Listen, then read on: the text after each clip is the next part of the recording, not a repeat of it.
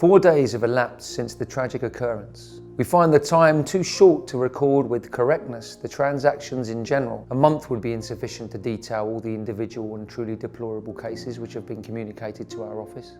For the information of those who do not regularly read the Observer, it may be necessary to state that in order to make the meeting a perfectly legal one which even the magistrates themselves could not deem other, the meeting which was to have to take place on the previous Monday was relinquished, and another announced for Monday last, free from the objection which was supposed to exist in the first notice.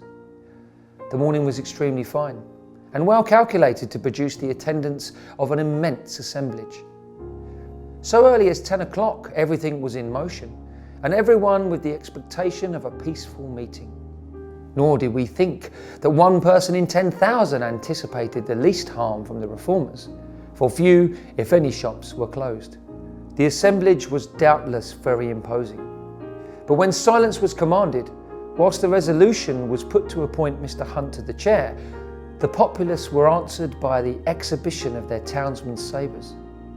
Even this demonstration of hostility excited no alarm, the spectators conceiving that they were only in readiness to suppress any commotion which might occur, never dreaming that the legal protectors of the public peace would be the first illegally to break it. Before we relate the most wanton, cowardly and bloody attack made by the Manchester and Salford Yeomanry Cavalry and others, we beg leave to digress in order to state some transactions which took place in the house of Mr. Buxton.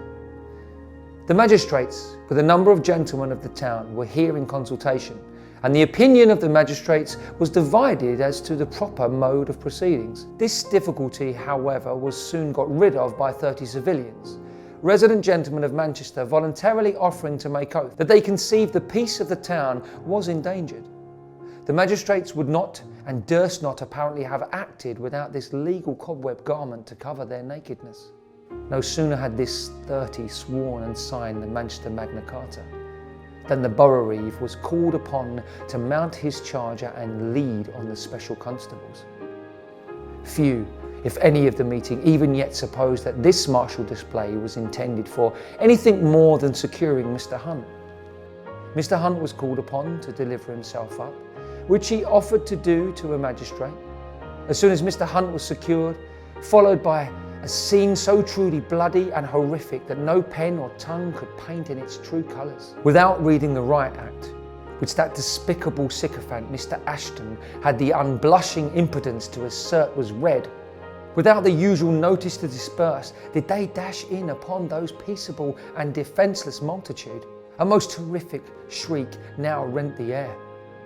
Had the military only attacked robust men, only wounded those who had offered them insult, much less infamy would have been upon them. But it is notorious that some of our gentlemen not only struck the quickest, but the heaviest on those who were the most defenceless. The women seem to be special objects of rage for those bastard soldiers.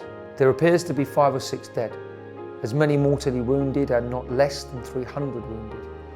The tragic relation is much heightened from the universal conviction that all the blood which has been spilled has been most wantonly and unnecessarily spilled. Are the people to be told when they ask for bread that they shall have a bullet or sabre? Or if they ask for their constitutional liberty, are they to be confined in a jail? Yes, all this, if some men must govern.